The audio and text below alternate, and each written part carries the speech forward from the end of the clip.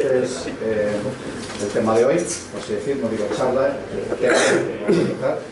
y como sabéis, se trata de una franja muy significativa en Cantabria. Hemos visto una franja que fue el litoral el martes, y la otra franja que nunca lo habíamos pensado, que no es en realidad franja, sino es una extensión enorme, es el suelo interior. O sea, fantaseábamos en su día, ¿verdad, Tate?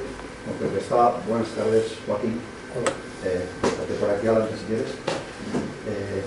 Vamos a empezar ahora. Por aquí. Fantaseábamos con la posibilidad de que lo que abordábamos en el año 85, 86, ¿verdad, Tate? Porque es un histórico de aquellas acciones que habéis visto, no ya antes como demás, algún día igual se expandiría al interior, pues se expandió. Entonces eso, la construcción del suelo rural, que era una cosa impensable, ¿no? Pues ha llegado, se ha normalizado, y entonces lo que vamos a tratar hoy es la visión, no de la que pudiéramos dar otros, ¿no? De biólogos o expertos o urbanistas, ¿no?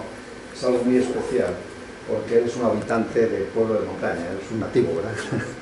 Todos somos nativos, Carlos. Pero él está en el concejo, vive en el pueblo, conoce, comparte. Un aborigen. De algún sitio.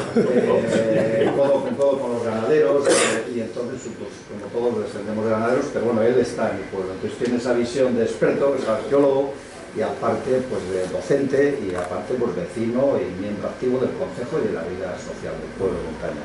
Si sabéis que el tema, pues, es la nueva ley del suelo en Cantabria y su repercusión en medio rural. Sin más, pues cuando quieras, Manuel.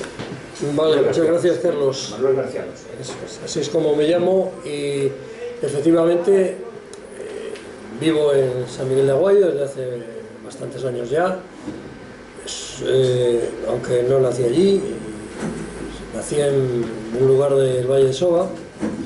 Por lo tanto, estoy muy vinculado a la Cantabria interior o a las zonas de montaña de nuestra región, y por mi formación, como él bien ha dicho, en historia, arqueología, etnografía, ámbitos de ese abanico, todo, pues resulta que además del contacto directo con los asuntos estos referidos al suelo, pues también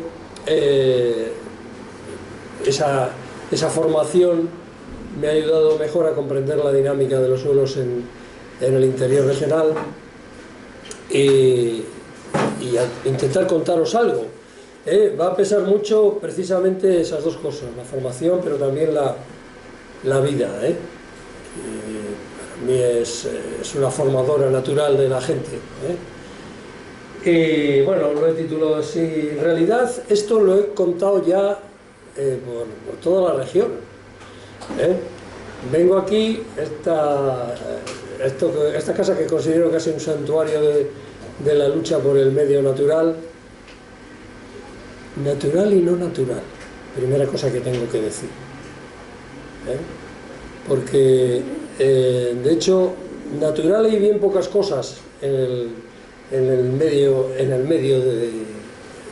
de la región, de esta región, por no decir nada. La base geológica, en alguna medida, aunque muy modificada ya, la escorrentía y las aguas, y bueno, el clima cada vez lo estamos modificando más, lo de natural cada vez va teniendo menos también.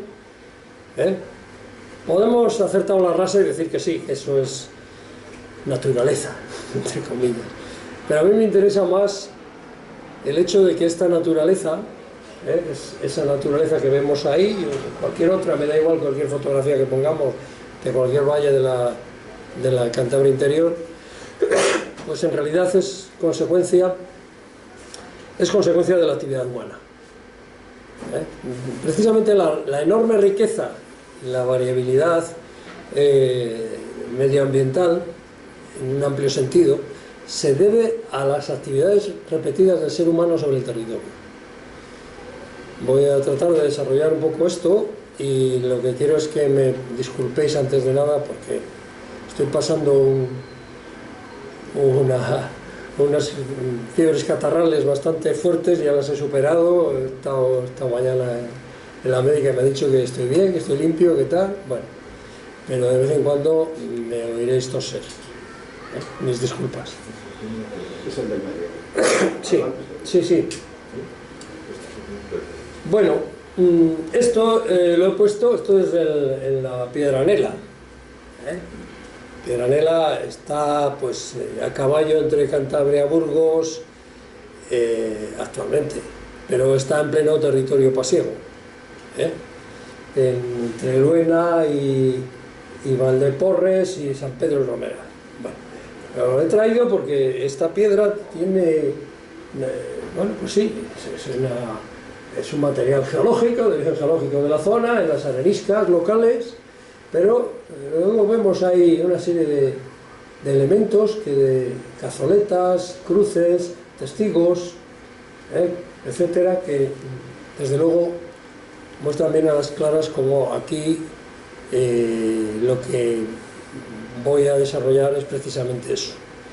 Así como pues el paisaje este, pues todo el mundo puede decir, esto qué mineral, qué geológico, qué es. Sin embargo, en cuanto rascamos un poco más, bajamos digamos la lupa o la escala, pues lo que tenemos es cosas como estas, en detalle, en todos los sitios. Fincas, labranzas, aprovechamientos forestales, piedras transformadas con distintos significados. Eso es lo que tenemos. Llevamos siglos de construcción del paisaje, por tanto del medio, que no es, insisto, no son espacios naturales. De hecho, por mucho que le llamemos parque natural o no sé qué natural, lo de natural queda muy bien. Llevamos pues un tiempo como reaccionando contra el salto que hemos dado de los pueblos a las ciudades, y esa reacción nos ha llevado a exagerar el lado natural de muchas de las cosas que nos han sorprendido después cuando salimos fuera de la ciudad, pero que de natural tienen bien poco en realidad. Sí, como os decía, existe un espacio geoclimático, más o menos que ya lo estamos transformando. El ser humano tiene ya la capacidad para modificar clima, paisaje, escorrentías, aguas, no sé, absolutamente todo, la geología misma.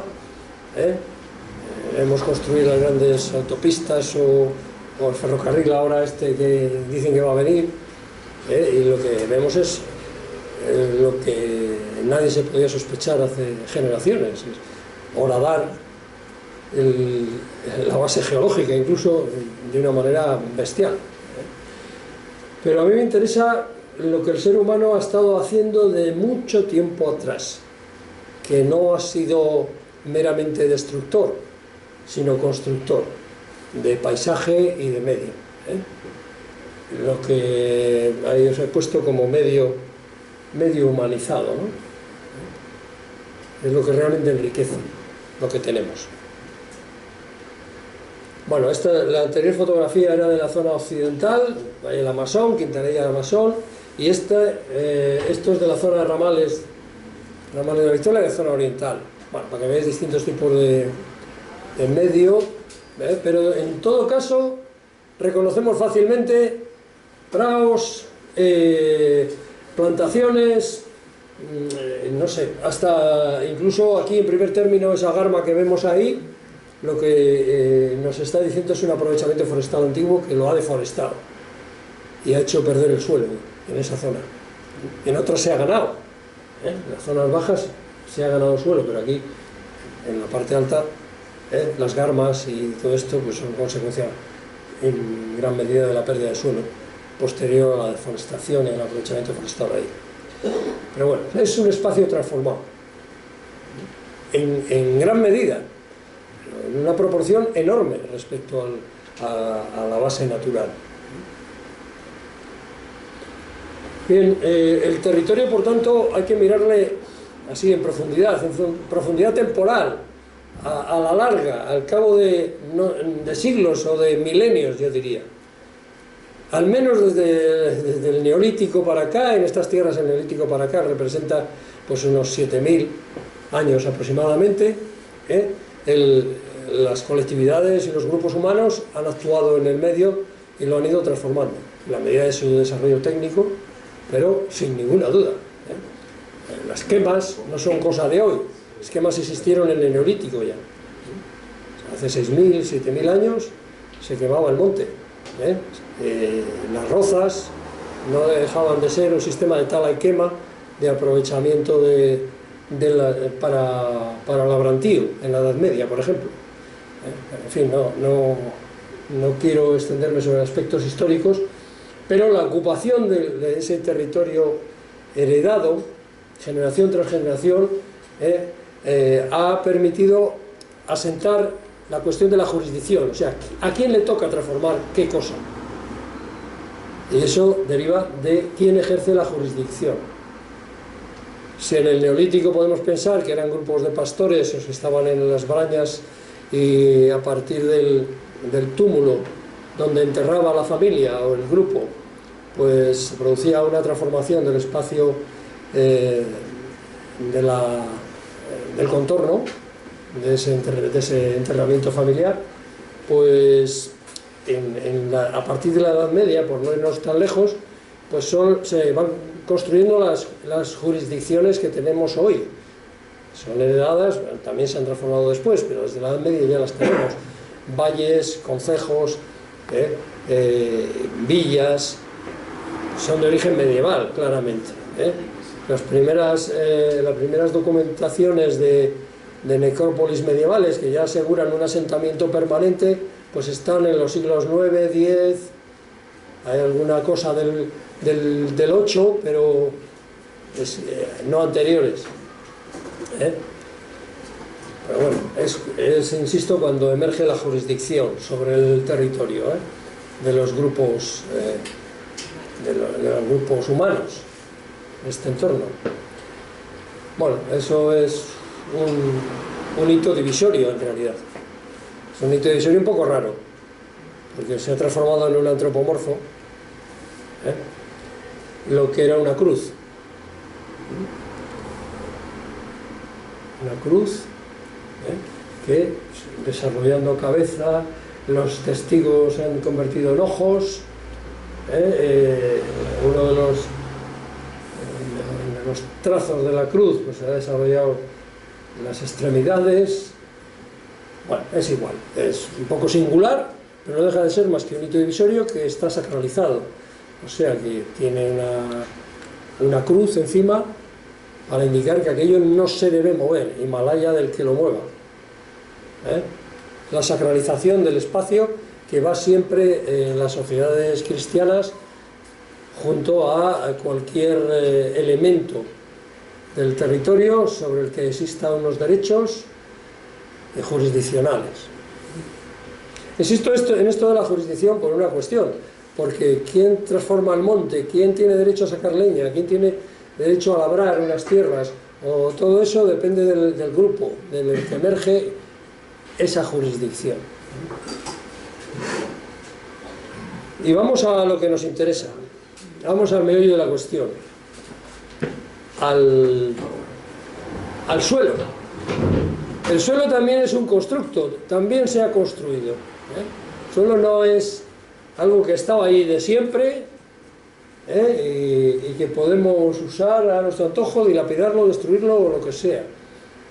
El suelo es una construcción histórica de siglos y siglos, cuando no milenios, de actuación en el medio natural, originario, que insisto, ya en gran medida ha desaparecido. Pero una de las consecuencias de esa intervención es la formación de suelo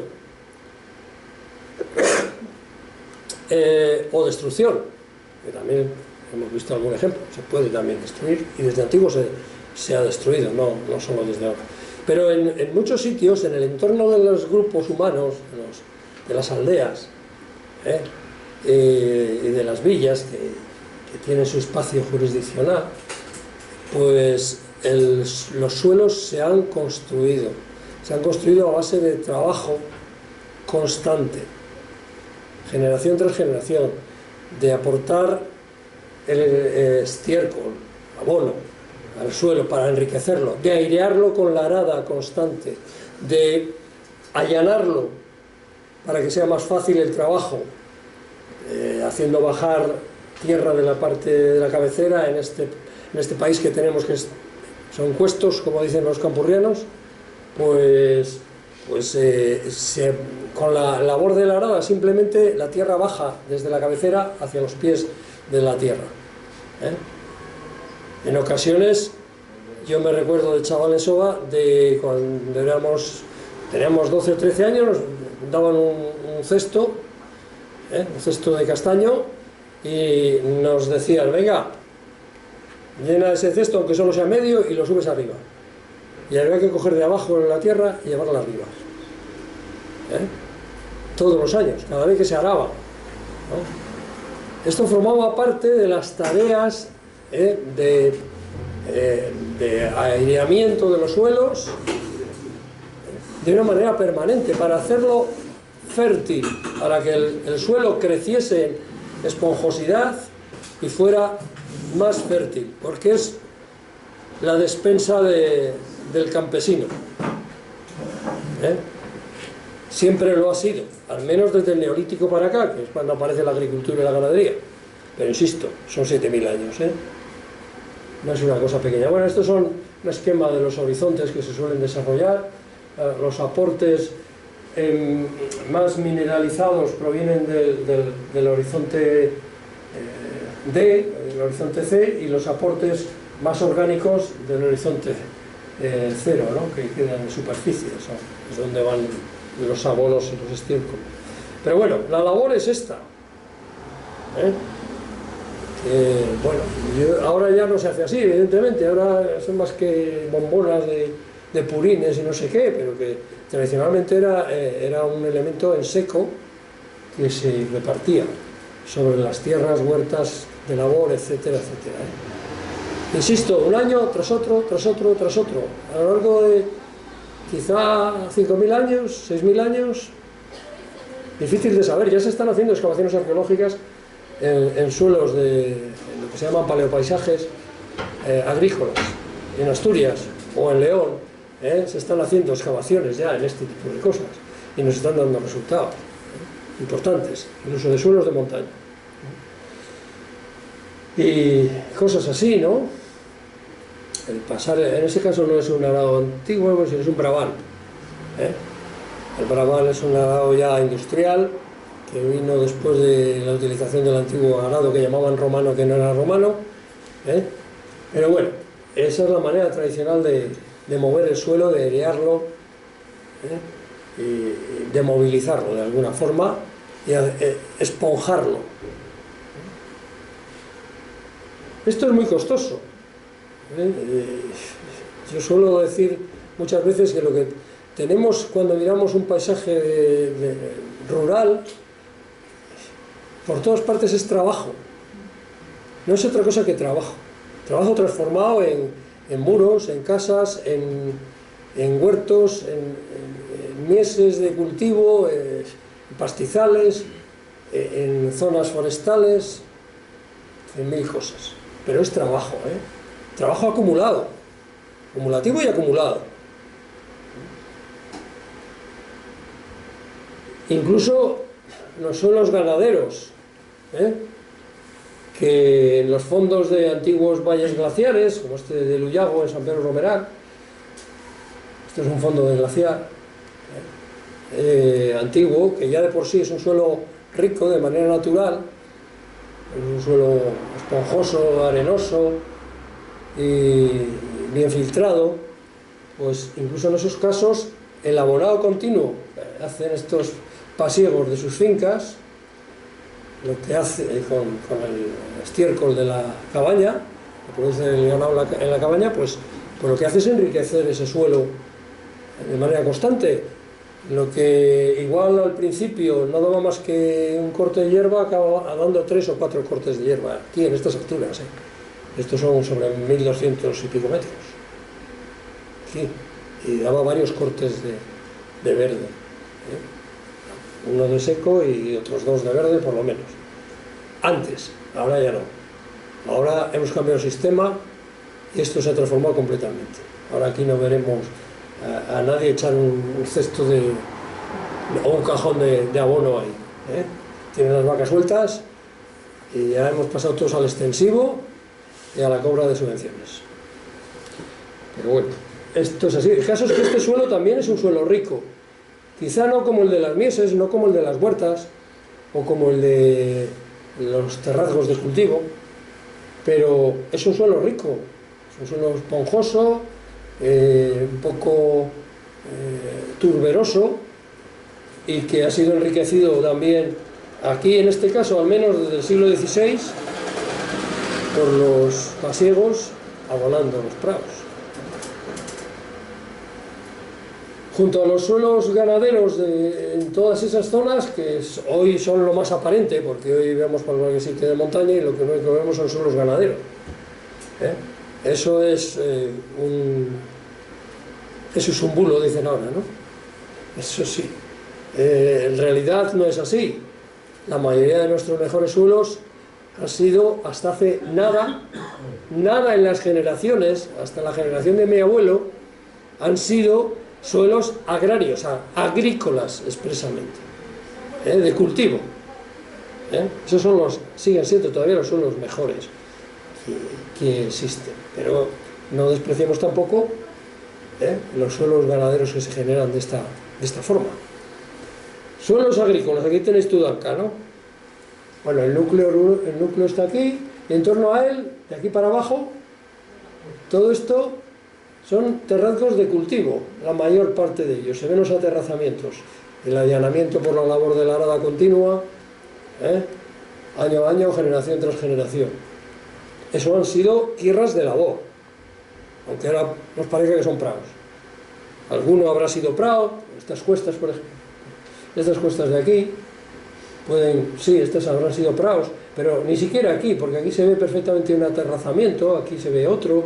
La mayoría son antiguas heredades de mies.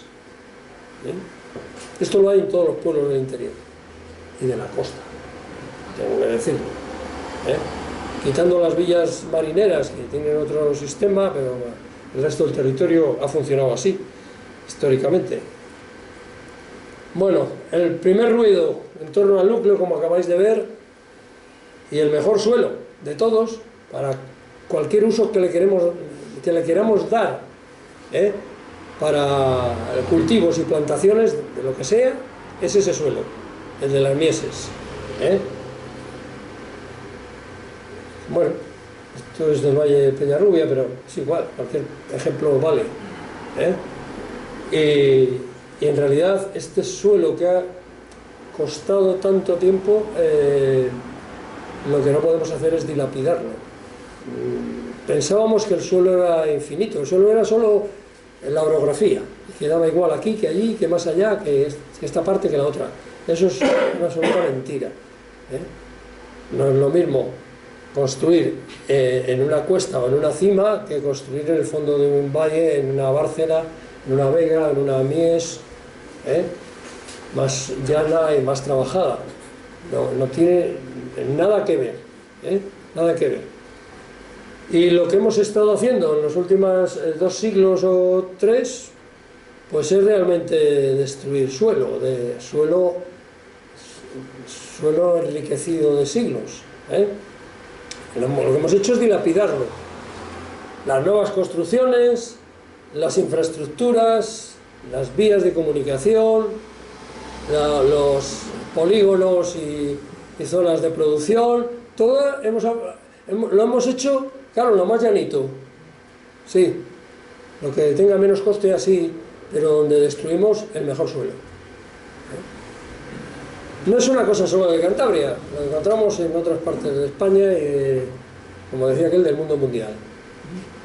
Pero bueno, ahí veis de los aterrazamientos característicos de una antigua mies de cultivo, es decir, donde los suelos son enormemente ricos y productivos. Lo siguen siendo, aunque estén a prado. Están a prado porque el sistema de explotación ha cambiado y ya no... queda suficiente gente para atender un labrantío en condiciones, o en fin, por aspectos socioeconómicos. Pero eso sigue teniendo una potencialidad enorme para producir, me da igual que sea madera, que manzanas, que maíz, que lo que se quiera. La potencialidad está ahí, ¿vale? Por tanto, esto es algo que debería ser sagrado. Sí. Los antiguos eran muy espabilados, yo creo que más que los de ahora, a ver si nos entendemos. ¿Por qué? Cuando hacían el pueblo, cuando se coloniza un pueblo, cuando se funda un pueblo en el siglo IX, en el siglo X, siglo XI, no se ocupan con las casas, ni con la iglesia, ni con el cementerio, la Vega, la Bárcena o el Pando, ahí no, se busca las cuestas y los cerros para construir, para, digamos, utilizar un suelo que para esto, para la producción, para la despensa, no era tan bueno y hubiese sido más costoso. Entonces, es por lo que nos encontramos siempre con las iglesiucas antiguas subidas en los cerros. Luego vemos las 4 casas antiguas alrededor de la iglesia y los chalés modernos, ¡hala!, en la Vega, en cualquier lado. O sea, porque ya hemos perdido el sentido completamente. A los antiguos no se les ocurría eso ni al que asó la manteca, de ninguna manera. Bueno, nos encontramos en la Cantabria interior por la despoblación y el abandono, con cantidad de terrazgos que se han abandonado, zonas de cultivo que se han ido abandonando, que se han desborregado las paredes, los muros de contención, y en fin, pero es igual el estado en el que nos encontremos, aunque haya sido recolonizado por la vegetación, da lo mismo. Ese suelo sigue estando ahí. La riqueza del suelo, como recurso productivo, está en potencia ahí. No es una cosa, ya no importa nada, ya me lo cargo, meto una pala excavadora porque me interesa que voy a hacer una nave ganadera y ra. Pues no. Esto debería ser poco menos que sagrado. Bueno, y esto ya, ni te digo. Los mejores suelos de la comunidad autónoma están pues siendo despreciados miserablemente. Eso es despreciar también la labor de mis padres, abuelos, bisabuelos, es despreciarlos a todos, considerarlos tontos que no sabían explotar bien como decía yo hace muchos años, ya decía, joder, ahí en la montaña, ahí eso lo decían, en la montaña los praos ya no ven verde, dice, ahora dan chalés. Y bueno, pues esto estamos haciendo. Desde luego es lo mejor para hacerlos rápidamente con dinero, ¿sabéis? O sea, como ya no tiene quien les siga en la explotación y tal, pues lo venden, los hijos lo malvenden o lo bien venden, y sacan algunos muchísimo dinero. La especulación de los suelos es un fenómeno, no diría yo moderno, pero sí que tiene su momento más álgido precisamente en las últimas 2 generaciones. Y aquí tenemos buenos ejemplos. Tampoco me voy a parar en la rasa litoral, pues por todos los sitios veréis esto. Es una pena, realmente, pero así es. Bueno, mientras tanto, en el interior subsisten, pues eso, suelos pastoriles y ganaderos y agrarios de alta calidad. Esto, de nuevo, es Tudanca. Tenemos el núcleo, tenemos las mieses aquí abajo, aterrazadas, suelos muy profundos, los mejores, los más ricos, pero no son menos ricos tampoco las praderías más altas, se abonan o que se meten los ganados y luego se abasnan, para que el suelo se enriquezca, aproveche las moñigas de las vacas que se han metido ahí, ahí en régimen comunal además. Supongo, no sé si sabéis lo que es una basna. Es un útil que arrastran antiguamente las vacas, ahora ya con tractores, que deshace las moñigas a su paso. Es un cuadro bastante grande que va arrastrado con un elemento de tracción, el que sea, y que deshace para que digamos, la tierra de la pradería lo admita mejor y con más intensidad, ¿no? Pero bueno, cualquier sea el sistema que se emplea. Aquí no es a cestos ni a cuévanos, pero es de esa otra manera, mediante el pastoreo y el extensivo, pero se puede hacer también enriquecer los suelos. El caso que tenéis ahí arriba es el del Prado Concejo de Tudanca, pero hay muchos prados concejos, prados toros en Campó, etcétera, que se hace de la misma manera. Luego, no hay que olvidar que el salto a la producción ganadera intensiva también es un elemento fundamental, sobre todo en algunas zonas de la creación de paisajes y suelos. Es el caso de algunos paisajes muy singulares que tienen un altísimo valor de todo tipo. En las linderas también riqueza floral y faunística, el paisaje digamos, de mosaico que crean, o los aspectos también de patrimonio cultural, las invernales, las cabañas, pero no es menos el valor productivo del suelo, no lo es menos. Adelante, ahí sí que por aquí, ¿quieres pasar adelante? También hay lugar.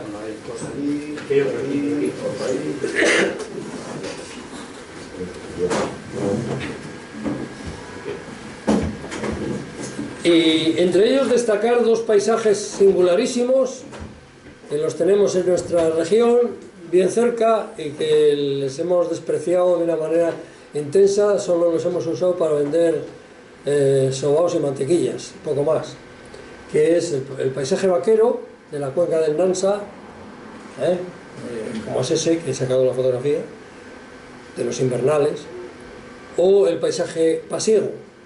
Los dos son un producto de una transformación, de una intensificación del sistema ganadero, pero exige que el ganado esté encuadrado, y eso da la oportunidad de producir montones de abono que se reparten luego en el prado.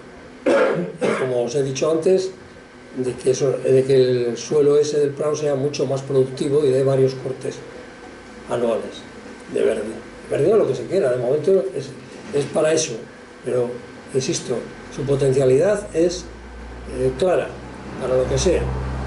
Si se quiere plantar de robles, pues es un suelo rico para ello. Si se quiere plantar de maíz o de cerezos, me da lo mismo, producirá. Bueno, este es el paisaje pasiego, que también conocéis, no me detengo. Bueno, pero llegó la modernidad, entre comillas. La modernidad se inicia en lo que llamamos edad moderna, que por eso se llama así.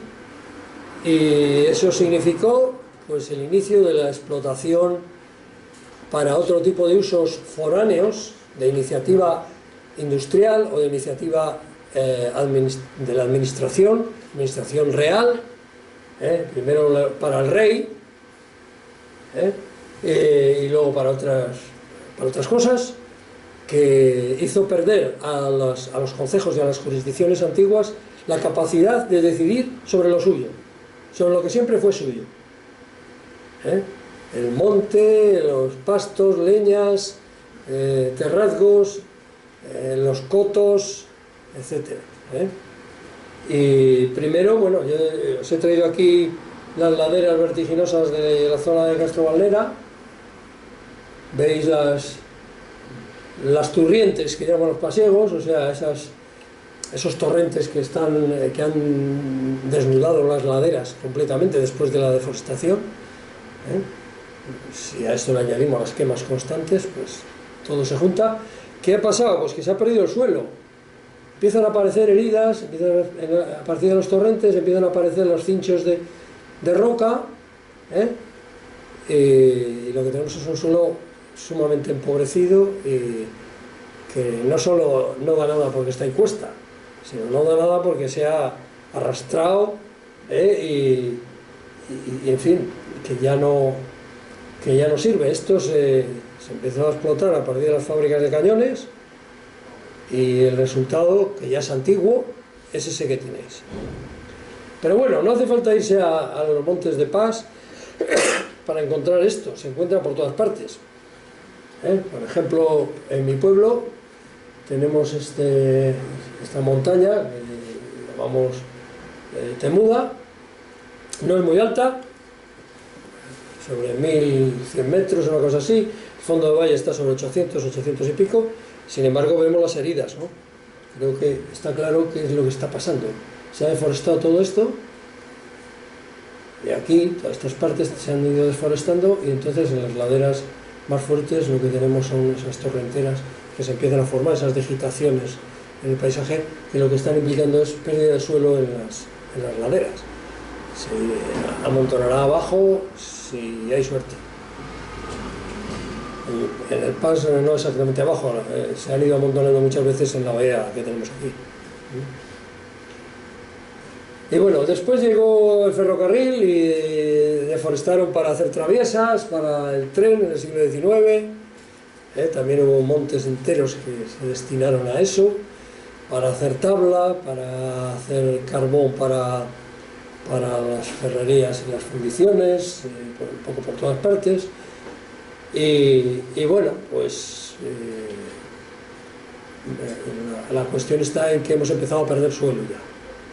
No en grandes cantidades todavía en el siglo XIX, pero la pérdida de suelo era incipiente en la mayor parte de nuestra región, aunque ya en la zona pasiega la cosa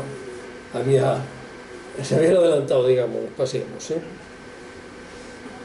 Luego vino el aprovechamiento del agua, esto mucho más acá, estamos hablando ya del siglo XX siempre, para la gran empresa industrial, para las eléctricas, las presas que mediante anegamientos de vegas y zonas productivas, pues también hizo perder suelo. Luego las corrientes de agua que se crean en el fondo de los pantanos acaban de destrozarlo. Al principio simplemente lo llenas de agua, pero luego eso se mueve y se destroza el suelo. No hay más que ver cuando baja el nivel del agua de embalse del Ebro o de Alsa o de lo que se quiera, que se ve allí. Es un destrozo de suelos. La parte más rica del suelo se ha diluido, ha bajado en flotación, aguas abajo, estará en Requejada o estará en Tortosa. Bueno, a la derecha he puesto también lo de la autovía del agua y todos los aprovechamientos de agua, que lo que han cortado son las escorrentías naturales que tenía el suelo, que han eliminado parte de la capa productiva para soterramiento de los grandes tubos, todo esto, y tenemos pues el territorio cruzado por este tipo de líneas. Esto también ha supuesto pérdidas y modificaciones en el terreno importantes. Cada vez la tecnología además nos está haciendo que modifiquemos con más eficacia y destruyamos con mayor rapidez al mismo tiempo pues los suelos que han costado pues milenios.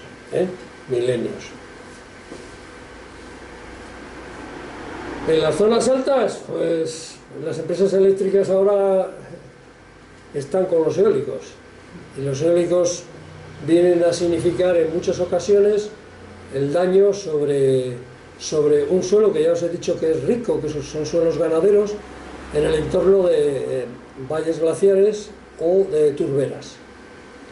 Hay pues complejos hidroturbosos valiosísimos como el del Escudo, del cual en gran parte se abastece también Santander, y sin embargo pues eso se ha pasado por encima, nunca mejor dicho, se ha pasado por encima. Hay que ver las máquinas que han metido por ahí, O sea, con todas las letras. Han destrozado unas cuantas turberas ya, llevan destrozadas, simplemente abriendo los caminos y abriendo las plataformas donde van a ir luego los pies de los aerogeneradores. Bueno, pues son estos suelos que veis aquí, estos suelos, que también son suelos ricos, ganaderos, pero tradicionalmente, pero sostenían la ganadería y el pastoreo, pero que son profundos, contienen mucha materia orgánica también, y son suelos fértiles y ricos, desde luego. Bueno, pues, todo esto que está en el entorno de las cumbres, pues parece que les ha entrado manía y que es el mejor sitio para plantificar aquellos monstruos de 200 metros. Bueno, las grandes empresas eléctricas, estamos otra vez con quién se lleva el gato al agua. Pues evidentemente estamos en el periodo en el que estamos, y esto todo pues es a beneficio de los beneficios empresariales, ni más ni menos. Las administraciones en muchas ocasiones se limitan a estar a su servicio, en la mayor parte de las ocasiones, o si no, allanan el camino mediante leyes como esa que han hecho de simplificación, no sé qué, allanan el camino para que las empresas, firmando un papelito, ya pueden hacer más o menos lo que les da la gana. Y bueno, yo creo que esto es, insisto, una riqueza, un recurso primordial para todos. En principio para darnos de comer, pero luego para 100.000 cosas, 100.000 otras cosas. Bueno, este es el único parque eólico de momento construido y tal, el de Soba, el de Cañoneras, está encima de mi pueblo, y bueno, en fin, aquí sí, siempre han venido prometiendo el oro y el moro las empresas estas, y que si muchos puestos de trabajo, ahí no queda más que uno en Soba que trabaje en esta y en otras de alrededor, para Biocantaver, y porque todo lo demás, seguridad, informatización, todo lo demás, no hay gente en Soba que sea capaz de llevarlo, viene de empresas de fuera, contratadas. Unas cuantas personas que de vez en cuando vienen, pero los seguratas y poco más. Y vienen de fuera, vienen de Vitoria, de Bilbao, de donde sea. Esto no da trabajo a la comarca. Cuando se construye, igual hay alguno con un banderín, ¿vale? Pero nada más. Porque las listas que pusieron en Molledo, cuando el Parque del Escudo, que a ver, apuntaros porque va a haber trabajo para todos. Y la gente se empezó a apuntar. ¿Quiénes de esos están trabajando ya? Ninguno. Hay un par de ellos de campo que están con un tractor y una bombona mojando los suelos para que no levante mucho polvo. Y ya está. Y eso es en las obras. Luego ya veremos. Y luego traen dinero brillante para los concejos y agrupaciones vecinales que hay en los valles. Como no tienen un duro esa gente, son zonas despobladas con un núcleo de 20 personas, otro de 100, otro de 150, pues claro, les prometen 20.000 euros por el aerogenerador y han visto a Dios. Lo que han visto es el hambre de sus hijos y sus descendientes. Eso es lo que han visto, básicamente. Bien, y luego otra cosa fundamental, que es que las actuaciones ya una vez producidas son irreversibles. Ahora puede salir una sentencia del Tribunal de Madrid diciendo que hay que parar la barbaridad del escudo. Sin embargo, el mal está hecho. Las turberas ya han sido desbaratadas por donde van las pistas de la intervención de obra. Lo del escudo no estaba ya hecho. ¿Cómo hecho? Levantado los molinos. Por lo que No, todavía. A ver, lo que han hecho es, están haciendo la pista de obra que viene desde el puerto de los escudos, de la parte de entre Corconte y Resconorio. Y las bases. Y no, las bases todavía no las han empezado a hacer, están hechas las plataformas, que tienen que estar interconectadas luego, y luego tiene que haber un zanjeo entre una base y otra. La cosa todavía no se ha hecho, pero el daño ya se está haciendo, eso sin duda. Bueno, aquí tenemos la Mies de Riancho, ahora ya está levantada, ahora hay unas cuantas naves de logística. Y, sí, claro, todos mismos. Unos 15 años pleiteando. Esa es una mies, la mies de Riancho, de alto valor analógico y además de las más fértiles que hay y además zona inundable, ¿vale? Bueno, estuvimos pleiteando hasta que por fin, pues pese a todos los informes contrarios y favorables a que era un suelo fértil, un suelo cuidable, un suelo para preservar, pues una jueza decidió que bueno, que vale, que se podía valer hacer un polígono industrial, que era el polígono industrial de Riancho, que yo no sé cómo estará ahora, pero que durante muchos años estaba vacío, había un tanatorio y una quesería, eso es todo. Ahora tiene una granja de salmón. De salmón. Sí. Pero vamos, habría otro sitio, es decir, si coges el suelo más fértil de la zona, eso es a lo que voy yo. Habría otro sitio por ahí. Es decir, poner una autovía tenemos que cargarnos el suelo mejor. Para poner un polígono industrial tenemos que cargarnos el suelo mejor. Joder, ¿veis dónde están las casas del pueblo antiguo? No, el pueblo de Gibaja. Perdón, de Gibaja, de Riancho. Está aquí en las laderas, estos son colinas. Está aquí arriba. A esto nunca, yo no he visto más que panojas. Entonces a mí era todo de maíz. Tremenda. Tremenda. Y se machacó por el caso del alcalde. Pues sí. Y yo lo digo porque había el ganadero que vivía en esa casa, que es socio nuestro, y bueno, el hombre dice, salían cosechas, pero vamos, No, eso era riquísimo, sí. un montón al año, y que era un suelo súper fértil, y va justo, bueno, Cabreo va justamente a actuar en la zona más fértil del valle, ¿no? Entonces, Ahora vamos. Bueno, esto ya lo hemos visto, no os pongo otro ejemplo, y esto sí, esto es la pasiega.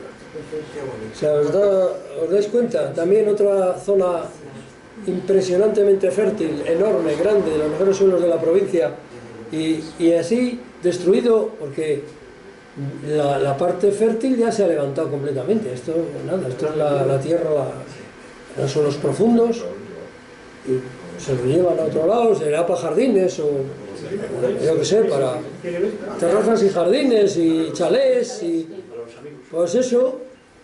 Pero vamos, no sé, pues no sé, irán a abastecer a todos de frutales y de eso, esa gente, no entiendo. Bueno, vamos, la destrucción del suelo fértil aquí es una enorme barbaridad, como en tantas partes. Esto no es nada nuevo, no es nada nuevo. Lo que pasa es que la pasiega tiene un precedente mucho. Sí, hay varios precedentes, sí. Y es toda la zona de transporte de Santander que se ocupa por el También. O sea, No, si esto viene, ya digo, de antiguo, si es que tiene siglos ya. la pasiega la han hecho porque ya no se podía seguir rellenando el puerto. Claro. Hace falta un puerto seco, ¿no? Nos vamos allá. No hace falta, no vamos a ver, nos vamos allá porque es el único sitio con suficiente superficie, no excesivamente lejos del puerto y por donde pasa la línea férrea, que es importante, y antes pasaba el trazado de la autovía cuando iba por la zona norte de Venezuela. Pero no hay otras zonas con suelo pobre No. que se pueda hacer. Quiero decir, Vamos a ver, para poder meter la otra cuestión, claro, la cosa tiene... el Monte Carceña es enorme, te caben 3 pasiegas ahí. Ya, pero lo que pasa es la distancia a la que está del puerto, el que pasa es la línea férrea por ello. Ah, claro. Como ya las líneas férreas y las autovías hemos metido por abajo, Claro. ya nos jodimos. O sea, el problema es cuando se dio el pelotazo del Corte Inglés. Ya. O sea, toda esa zona de Nueva Montaña de Quijano estaba destinada a ser zona portuaria Sí. en el plan general del Ayuntamiento de Santander. Y siendo alcalde Manolo Huerta, se hizo una modificación puntual a Capellejo para meter no el Corte Inglés, sino todas las viviendas que Pues sobre un mal ponemos otro. contaminado. exacto. Con suelo contaminado que se ha llevado a vertederos de manera clarita y que le hemos pagado todos. Algunos están en el aeropuerto de Bilbao. Sí. Estará por todas las zonas porque aquí no había vertedero para personas. Manolo Huerta. Pero De es- todo menos Huerta. Vamos a ver. Alcalde, presidente Iñaki. Sí, sí. Para que os hagáis una idea, Y los hijos el problema de esa modificación puntual no la peleó Arca. La pelearon la Asociación de Comerciantes de Santander, son los que ganaron el contencioso. Y porque se revisó el Plan General de Santander, si no estaríamos derribando el partido de Santander. Porque ganaron. Sí. Lo que pasa es que se hizo una revisión rápida del Plan General de Santander para que cuando vino la sentencia del Supremo estuviera aprobado el nuevo plan en donde se podía hacer esa modificación. Así se ha hecho habitualmente, ¿eh? Y entonces el puerto se quedó sin zona de relleno. Y ahora con Boluda han intentado rellenar todo lo de Raus hasta el puerto de Marina Alcatraz.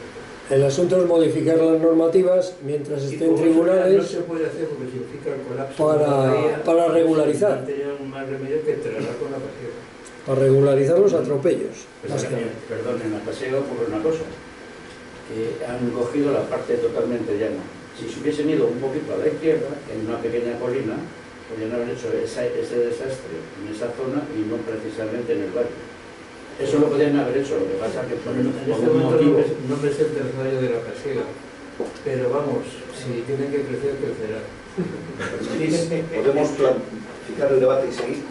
No, pero está bien. No, A mí es que si no te tiras, me gusta el cambiar opiniones.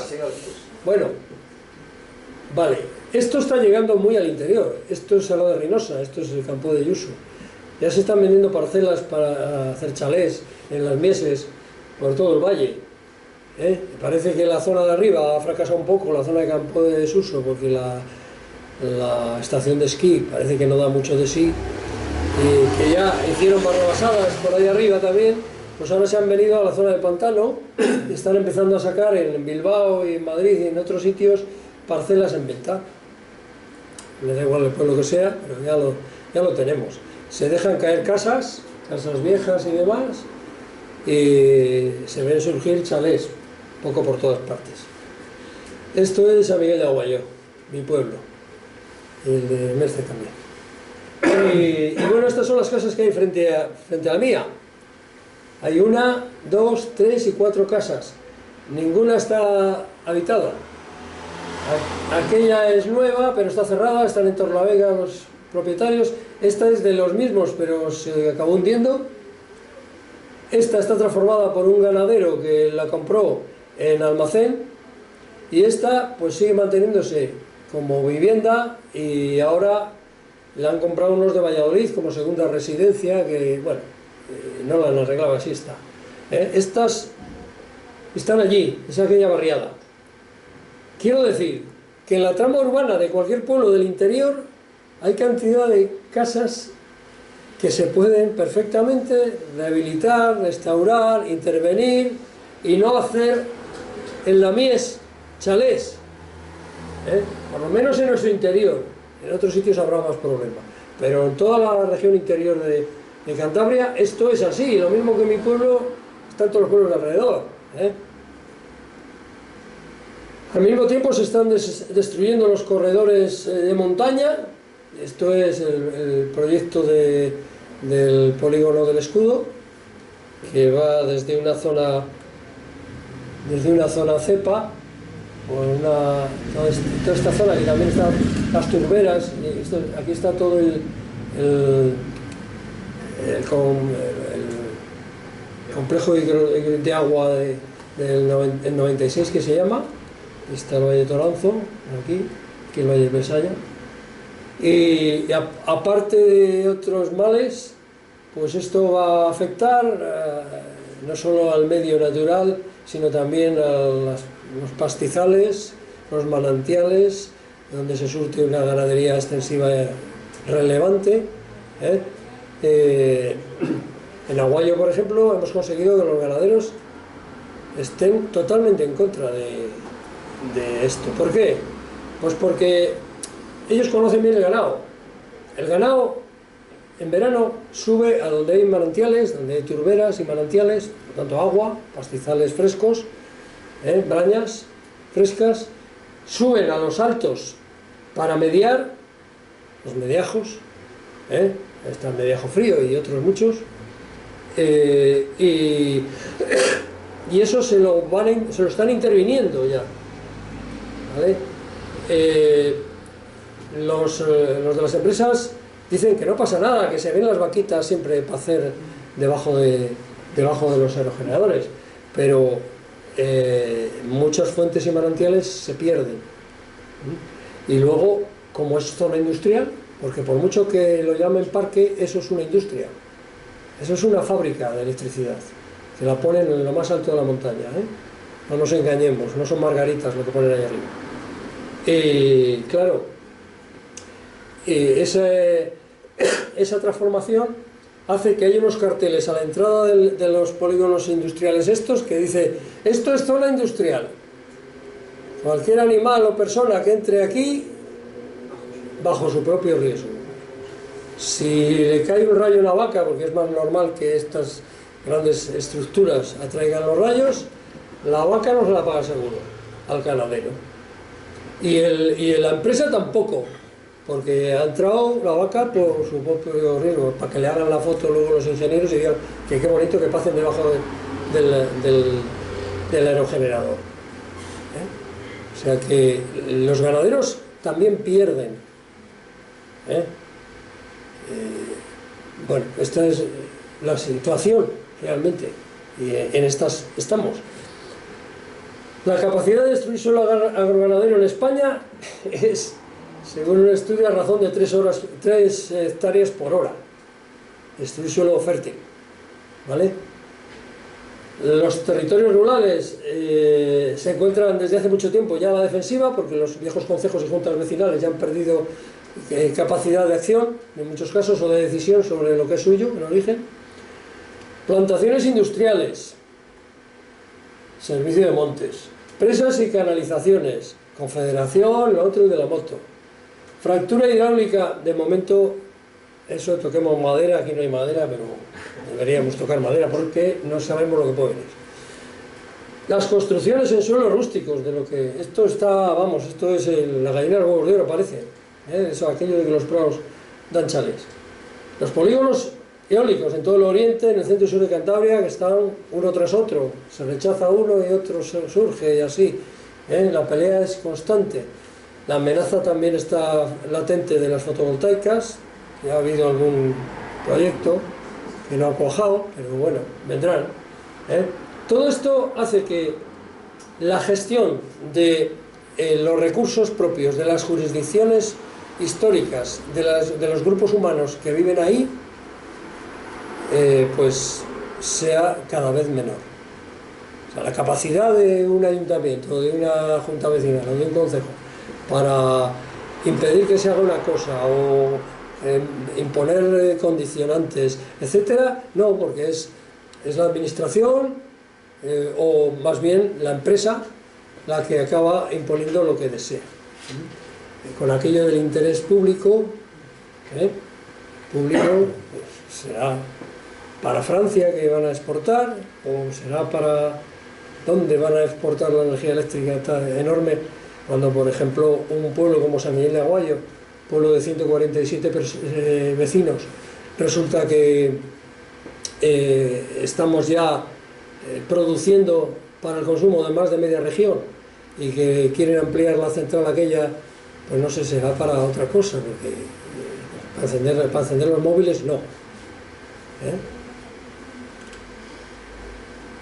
Ahora con la nueva ley del suelo de Cantabria, que esto sí que es un gol por toda la escuadra, se permite la construcción de viviendas aisladas y edificaciones de todo tipo, actividades artesanales, educativas, culturales, de ocio y turismo rural. Para construir una vivienda, la parcela mínima será de 2.000 metros cuadrados. Por lo tanto, si quiere construirse una vivienda, normalmente tendrá que adquirir una parcelita, pero ya podrá. A 200 metros es de la línea del núcleo. El suelo rústico se podrá utilizar para actividades agrícolas, ganaderas. Uno piensa, pues es lo normal. Pero luego dice, en algunos casos, aquí en la excepcionalidad puede estar el riesgo. Porque siempre hay excepcionalidades, y las excepcionalidades se buscan, las empresas las buscan rápidamente. Para construcción de viviendas, edificaciones relacionadas con actividades de turismo, de viviendas o de cualquier tipo. Los PESIRES, esto es entrar por la puerta de atrás también. son una figura clave para impulsar proyectos de interés regional en zonas de suelo rústico o protegido. O sea, no hay nada protegido realmente. Te lo declaran PSIR, interés público regional o internacional, y adelante con los faroles. Venga, mete las máquinas, Pepe. En fin, esta figura permitirá la construcción de grandes equipamientos, facilitará la construcción de viviendas, de parking de caravanas o de lo que sea menester, lo que queráis. Bueno, esto es Aguayo. Esta es mi casa, aquí, aquello es la iglesia. Estas son las distintas barriadas de Joaquín, tú lo conoces también. Bueno, pues aquí si lo estamos viendo venir, si esto todo se desarrolla como está previsto, pues lo que podremos tener en un futuro será esto. Es decir, las mieses del pueblo con chalés y con construcciones de mil maneras, a las que hay que dotar de servicios. Arriba se está desarrollando ya los proyectos eólicos de La Costana y Campo Alto, perdón, que son en realidad el mismo, pero lo han dividido para que les den los permisos más fácil. Y esto es, o puede ser, el futuro de un pueblo como el mío, me da igual al otro, con sus peculiaridades y diferencias, pero el camino que llevan es ese: reserva de suelo para intereses ajenos. ¿Será infinito el suelo de Cantabria? Pues, en fin, cada uno que se lo plantee. Y yo ya he acabado. Muchas gracias, me habéis seguido con atención y no he tosido demasiado.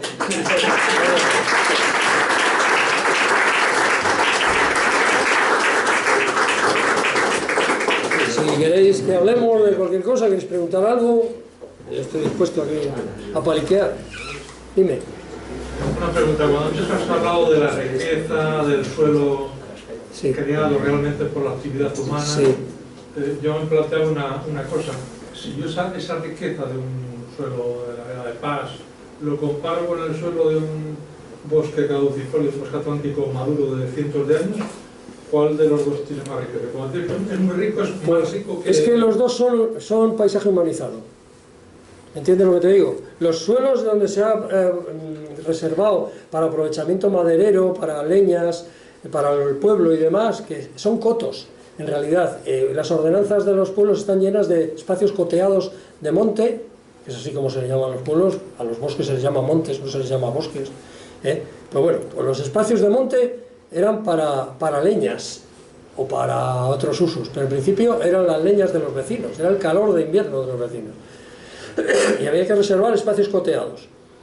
Esos espacios evidentemente se enriquecen de manera natural por la caída de las hojas sucesivas, por el efecto de los insectos fagocitadores de hojas, etc. Bien, es cierto, pero la gestión del monte sigue siendo obra de la gente que está viviendo en las casas. Eso es así porque la gente ha decidido que sea así, porque lo podía talar y dedicarlo a prado o a otra cosa. Normalmente se suelen reservar los espacios más difícilmente arables, por la pendiente o por otras razones, o por el suelo más pobre, más rocoso y demás, para esos usos. Pero son usos, no son espacios naturales, aunque tienen sus dinámicas naturales como la hierba o como cualquier otra cosa. Pero yo no los veo nunca. A ver, a mí mi suegro me enseñó una cosa fundamental cuando entré con él en el monte. Que lo que yo veía no era lo que se fijaba él. Él veía, cuando caminaba, veía la rueda de un carro, unas cebillas, unas abarcas. O sea, él veía el recurso, ¿vale? El recurso utilizado y utilizable. Yo podía ver los fitófagos allí actuando, pero él veía directamente para una comunidad campesina lo importante. Es algo que aprendí. Y no hay ningún espacio natural en Cantabria, ninguno. No sé si una cueva ya en una sima a 400 metros donde hay animales un poco raros y no sé qué, quizá, pero ya no, porque no hacen más que entrar los espeleólogos, aquello está más intervenido que otra cosa. O sea, realmente no hay, y no quiero hablar ya del mundo mundial, simplemente con nuestra región, no existe ningún espacio natural. Sí existen espacios más o menos asilvestrados, consecuencia de decisiones de los grupos humanos, también, pero no sé, yo no los veo de otra manera. Sí. Hay montes protegidos, ¿verdad? Estoy hablando no hay una ley de montes. Sí, hay montes donde las actividades forestales y demás son, digamos, el destino prioritario. Se lo saltan a la torera, porque para lo del escudo y para los parques eólicos, lo que eran espacios protegidos, los montes protegidos también, que gestionaba Monte, el Monte les ha dado permiso para que entren a saco. ¿Era Red Natura 2000 o...? Sí, era Red Natura 2000, ahí en el límite con Luela. Los espacios de Berezal y espacios de turberas y demás. Sí. Pues bueno, pues sí, les ha importado una nada. Ni la cepa ni nada. Que no se me interprete, las la ley del suelo es decir, de la vivienda, sí. Construir en suelo rústico, si es protegido, no se puede. A ver, Pregunto, una cosa es las grandes intenciones. Yo estoy harto de grandes intenciones, que lo pone en el frontispicio de todas las leyes, grandes intenciones, pero luego tú lo que tienes que mirar son las excepcionalidades, porque es por donde la van a colar.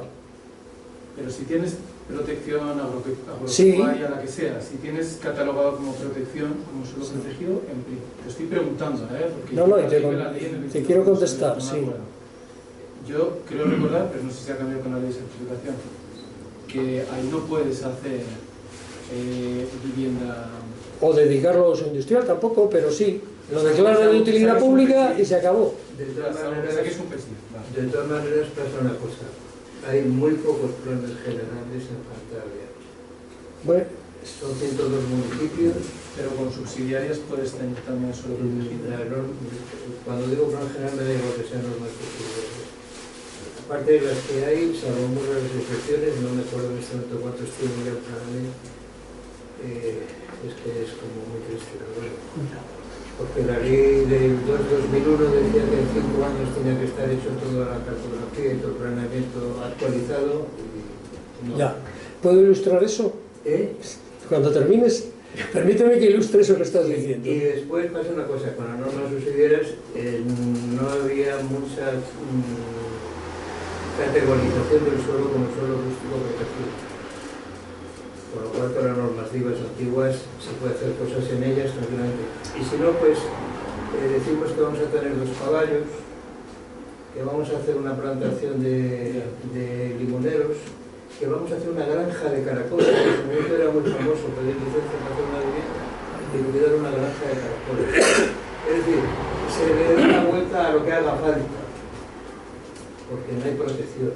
De hecho, en los montes de utilidad pública forestal, se ha dado licencia para hacer viviendas. Sí. Se hace en cualquier parte. Claro. Porque es lo normal.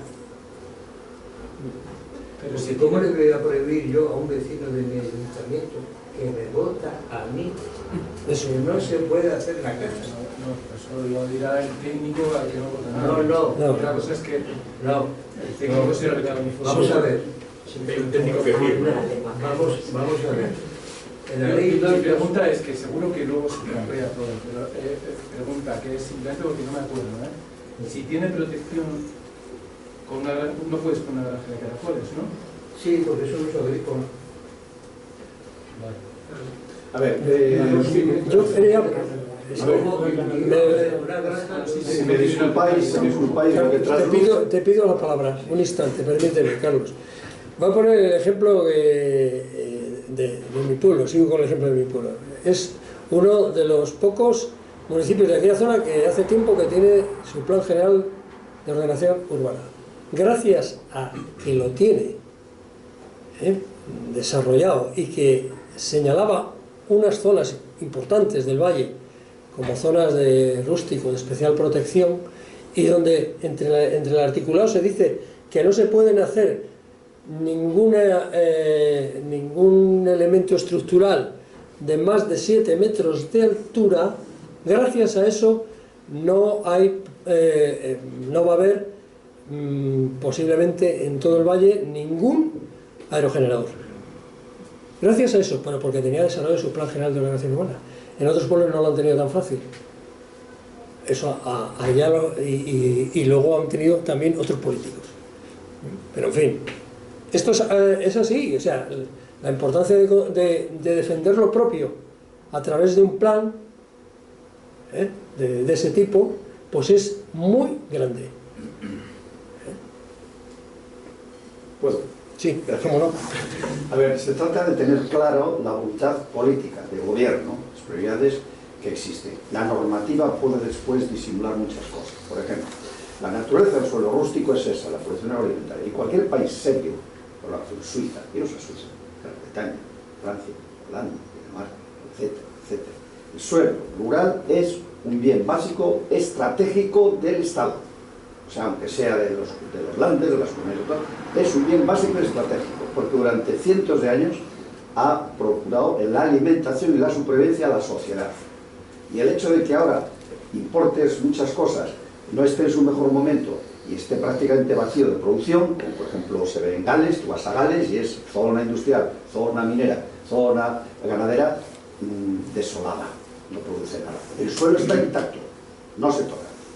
Porque es básico, lo usamos durante cientos de años y podemos volver a tener que usarlo. Es un recurso estratégico, como el ejército, como la energía.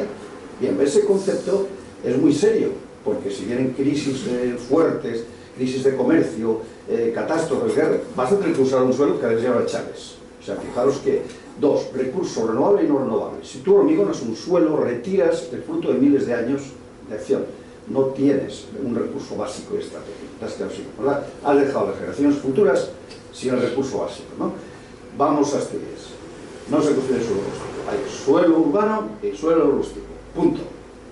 ¿Qué pasa en Cataluña? Que si suelo rústico de porción ordinaria, que si suelo rústico de... Ya empezamos. Eso quiere decir que me vas a engañar. Es decir, dilo claro.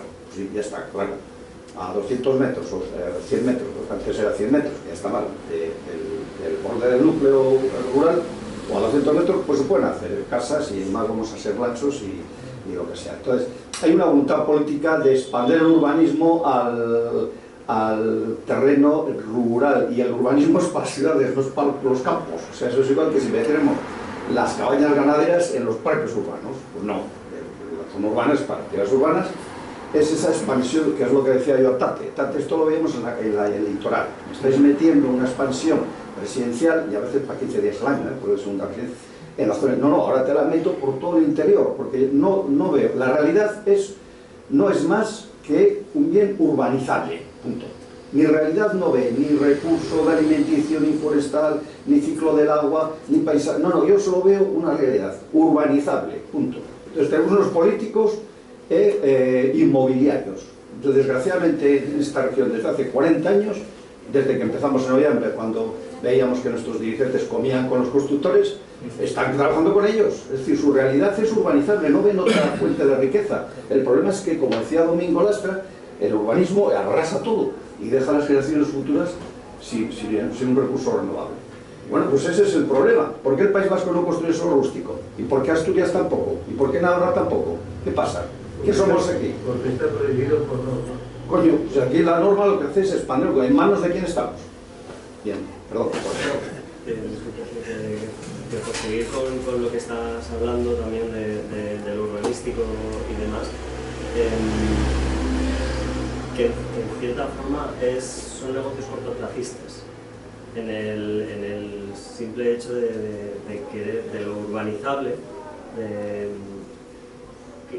veo una necesidad también, por lo que veo en España y en el norte de España, de querer urbanizar y de independizar viviendas en muchos casos.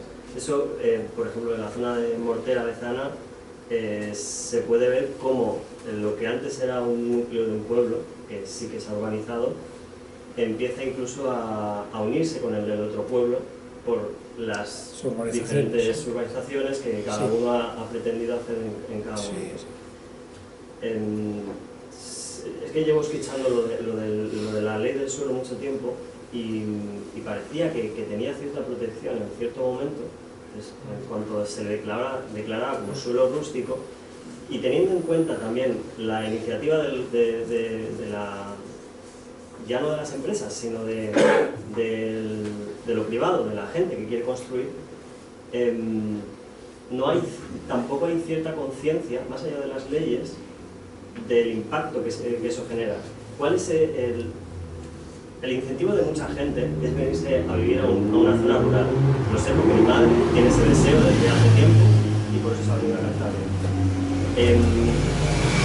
Pero esta conciencia del impacto y de generar urbe dentro de un mundo rural no es consciente ni la gente de abajo ni de las grandes empresas.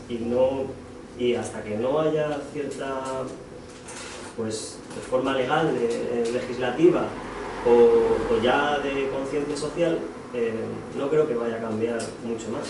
Eso de que había cierta... Perdón, puedo... venga, hasta luego.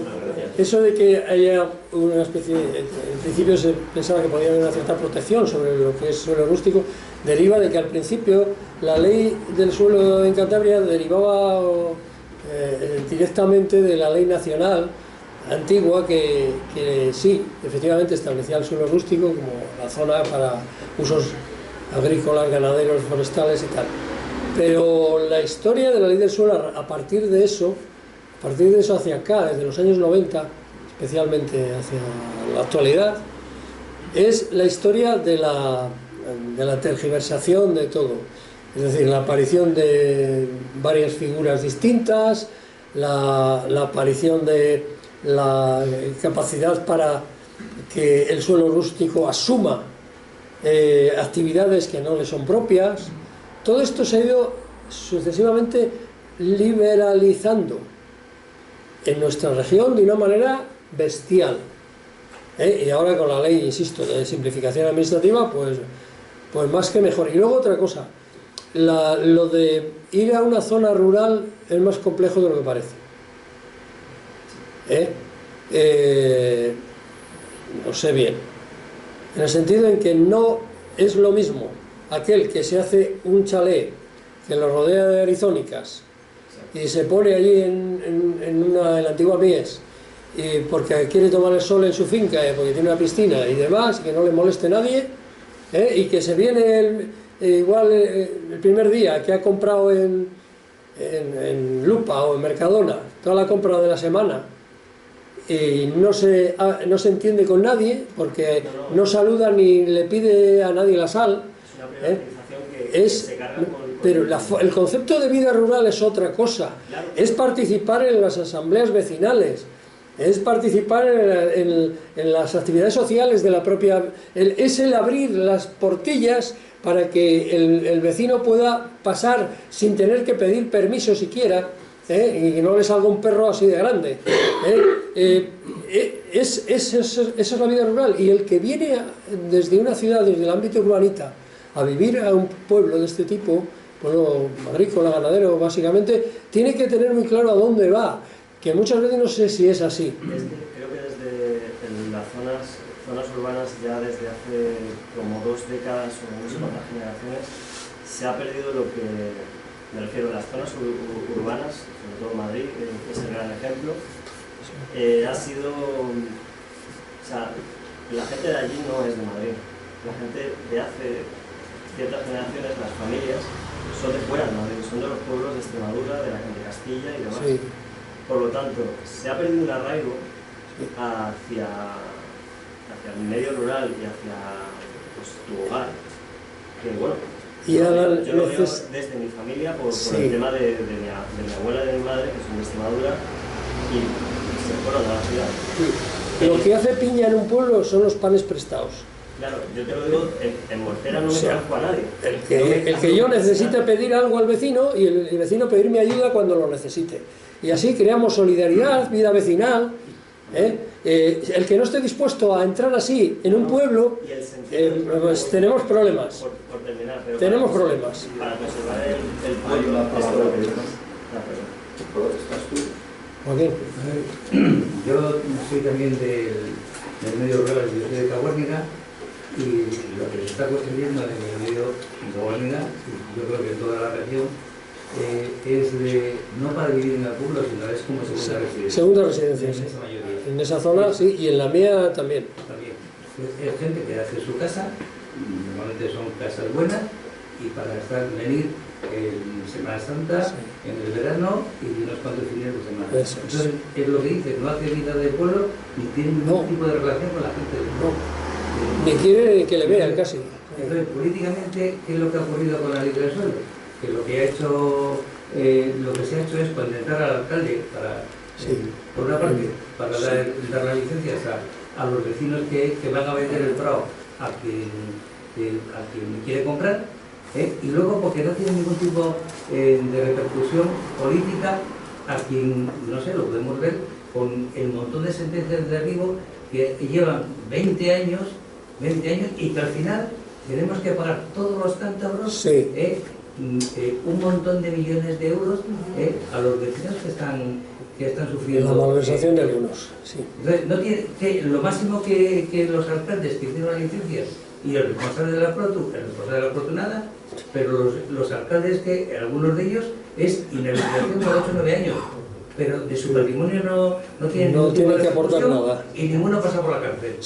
Sin embargo, vamos a pagar todos nosotros un montón de millones, ya hemos pagado algunos de ellos, lo has dicho bien. Y nos queda de pagar los que lo has dicho bien. No hay ningún alcalde inhabilitado por 8 o 9 años. Sí, Pacheco, que ya se murió.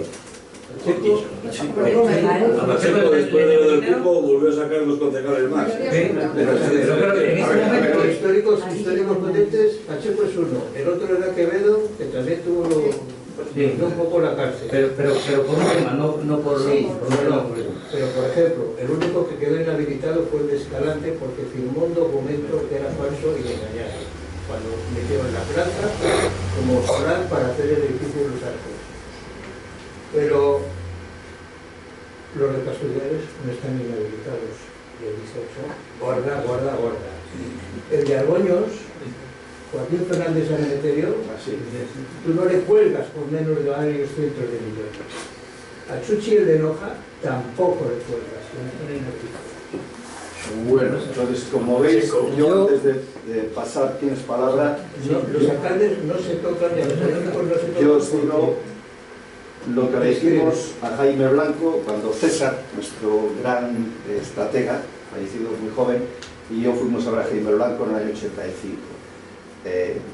Éramos sinceros, quizá un poco ingenuos, a la gente de hambre. Nos dice, bueno, mira, hemos dado cuenta que la autonomía está bien, pero tenemos un problema, que es que los poderes locales económicos tienen mucha fuerza y mucha presión en el territorio.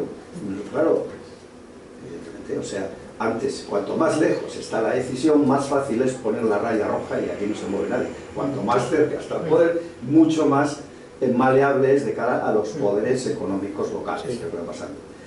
Y él lo reconoció, bueno, es así, bueno, ahora ya hacemos la constatación, es decir, la autonomía en Cantabria nos ha llevado a una situación mucho peor, al año 80-81, al año preautonómico, a esa época de transición donde se hacían casas por todas partes. Y la respuesta me la dio el director de urbanismo de Asturias, cuando yo le pregunté, ¿por qué en Asturias los propietarios de los prados no protestan por no poder desarrollar sus derechos urbanísticos? Y la respuesta es porque nunca los tuvieron. Aquí todos los políticos han dado derechos urbanísticos. Los legítimos derechos de los propietarios de hambre no pueden ser avasallados. ¿Pero qué derechos? Si yo tengo un prado, tengo derecho, como decía Santiago, a plantar, a cultivar, a cercar y a poner árboles y nada más. ¿Por qué? Porque la naturaleza del mar es el mar. Yo no puedo construir en el mar, a no ser alguna vez en un edificio especial. En suelo rústico tampoco. Igual, el suelo urbano es para construir. El suelo rústico no es su naturaleza. Luego, ¿por qué yo reconozco una naturaleza a un suelo que no la tiene? Joder, porque estoy en el ajo, porque estoy en el negocio de la promoción, porque favorezco a los promotores, o porque formo parte de ellos, o porque tengo pacto con ellos. Así nació Cantabria. Perdón, la Cantabria moderna. Pero es que es claro y evidente. ¿Cómo me das derecho a el Parque Norte Litoral?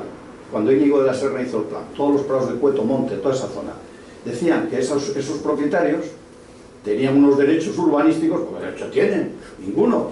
Entonces el mal está arriba, no está en la población. ¿Por qué sale votado el alcalde corrupto? Porque el delito da votos. Si corrompo al pueblo, el pueblo me vota. Es decir, si hay dinero para todos, pues todo el mundo le vota. El fenómeno Orbaechea, me explico. Es normal.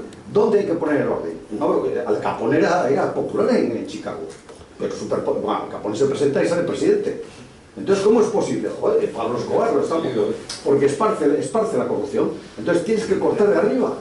Esto es como el gran delito, se corta de arriba o no le cortas, y esto es igual. Y arriba resulta que han normalizado que la naturaleza del suelo rústico es urbana, es reducir todo el territorio a un solar urbano. Joder, se nota mucho cuando la organización del territorio, zona forestal, zona agrícola, zona ganadera, zona turística, zona urbana, no, todo urbano. O sea, está claro que me importa un bledo si arruino el futuro de las demás generaciones. No solo urbano, también industrial, cuando le interesan a las empresas. O sea, es reserva de suelo para otros usos. Pero la realidad es urbano, no hay más. Vale. Sí, bueno, lo primero queda en evidencia que hay una incultura enorme. Quiero decir, todo, digamos, todas estas cosas que se hacen mal y que, digamos, parte de la población lo aplaude, evidentemente es porque no tiene conocimiento de ello, porque si no él directamente, pero sus hijos o sus nietos lo vamos a pagar, van a hacer. Entonces, con esto, digamos, animo a que estas reuniones, debates, esta transmisión de conocimiento, pues sea un poco más habitual, porque curiosamente, bueno, pues quizá hoy nos reunimos porque hace 40 años se inauguró acá, ¿no? Pero que cada vez somos, yo creo, un poco más conscientes de la vinculación que tenemos el humano con la naturaleza en cuanto a salud fundamental. Que en el número aparte, como por ejemplo, cuando comentabas todo el deterioro del territorio, eso arrasa un enorme de biodiversidad. Cuando arrasas biodiversidad, ahí estás quitando calidad ambiental. Entonces, y bueno, simplemente señalar estos dos apuntes, la necesidad de este conocimiento, los que sabéis, por ejemplo, como comentaba Jesús, pues además es que no solo es conocimiento, es desactivar las trampas, es que hay muchas trampas. Para que te hagan un parque eólico allí arriba en el escudo, te tienen que hacer trampas. No lo pueden hacer, o sea, no lo así, digamos, yo recuerdo, leí una sentencia de las marismas de Santoña, no sé si lo recuerdo muy bien, el caso que ya hace como 40 años o bastantes años más. Quiero decir, aquí se iniciaron las sentencias porque, bueno, querían hacer allí un polígono industrial, no sé qué, y la gente que conocía el valor ambiental de aquello lo recurrió. Lo perdieron en todas las instancias españolas. Y en Europa les dieron la razón, que por una razón muy sencilla, decía el juez, dice, mire ustedes, es que esos puestos de trabajo que ustedes dicen no pagan lo que genera la naturaleza allí. Claro. No lo pagan, ¿sabes? Y entonces, con una cosa, y todas estas cosas desastres que están haciendo es lo mismo. Es un cortoplacismo que nos lleva a una ruina total. Y eso te enseña también que no hay que dejar de pelear, quiero decir, que hay que estar recurriendo y vuelta a recurrir y vuelta para el otro. Sí. Oye, no sé, yo lo que quiero es daros las gracias. Porque me tengo que ir, o que es alguna cosa para que hacemos una pregunta a los que lleváis más tiempo en esto, sí, sabéis más de urbanismo. Estamos hablando mucho de urbanismo, yo creo que esto tiene más que ver con la ordenación del territorio. Y os quería preguntar, porque en Euskadi no pasa, en Asturias no pasa, yo creo que es porque hay un plan de ordenación territorial. ¿Esto es una solución aquí? ¿O el PROT no va a salir nunca? O si sale va a salir como la ley del suelo y entonces es mejor pensar en que... Tú lo has dicho, has respondido a ti. O la montaña para ir un ratón. 20 años se han hecho dos intentos. A veces, y si sale, eso sí es mejor el proto, ¿no? Mira, por ejemplo, en una disposición... Por favor. Gracias.